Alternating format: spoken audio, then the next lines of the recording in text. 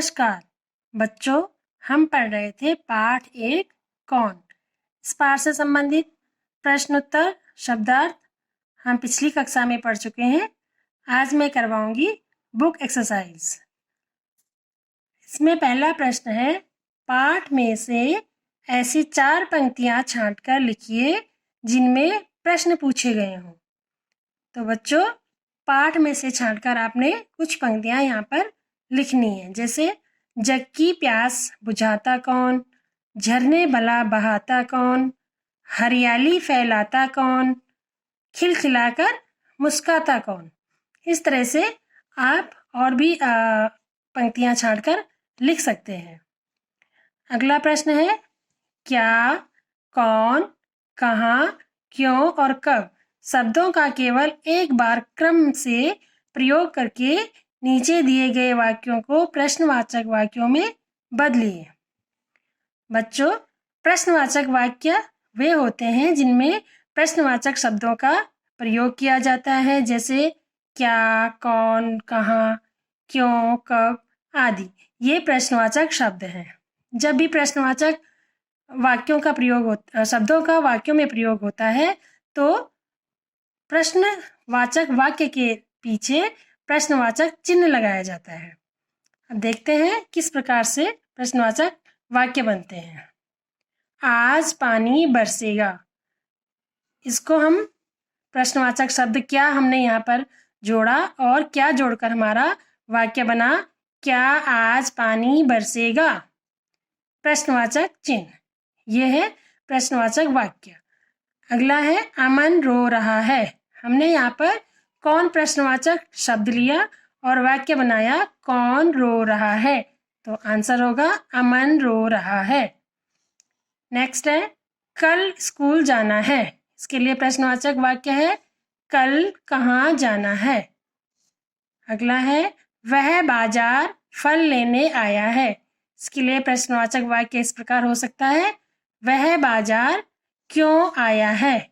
उत्तर, वह बाजार फल लेने आया है। दादाजी कल आए थे, दादाजी कब आए थे। यह है प्रश्नवाचक वाक्य। इस प्रकार से प्रश्नवाचक वाक्यों का प्रयोग किया जाता है। अगला है, चित्र पहचानिए तथा इनके लिए 2-2 समानार्थी शब्द लिखिए। बच्चों, समानार्थी शब्द वे होते हैं जिनमें शब्दों का एक जैसा अर्थ निकलता है, जैसे चांद और चंद्रमा। चांद का मतलब भी चांद, चंद्रमा का मतलब भी चांद। ठीक है, जैसे बादल, घन, फूल, पुष्प। इनको हम समानार्थी या पर्यायवाची शब्द भी कहते हैं। इस प्रकार से पेड़, वृक्ष, सूरज, सूर्य, पर्वत, पहाड़, तो ये हैं आपके समानार्थी शब्द।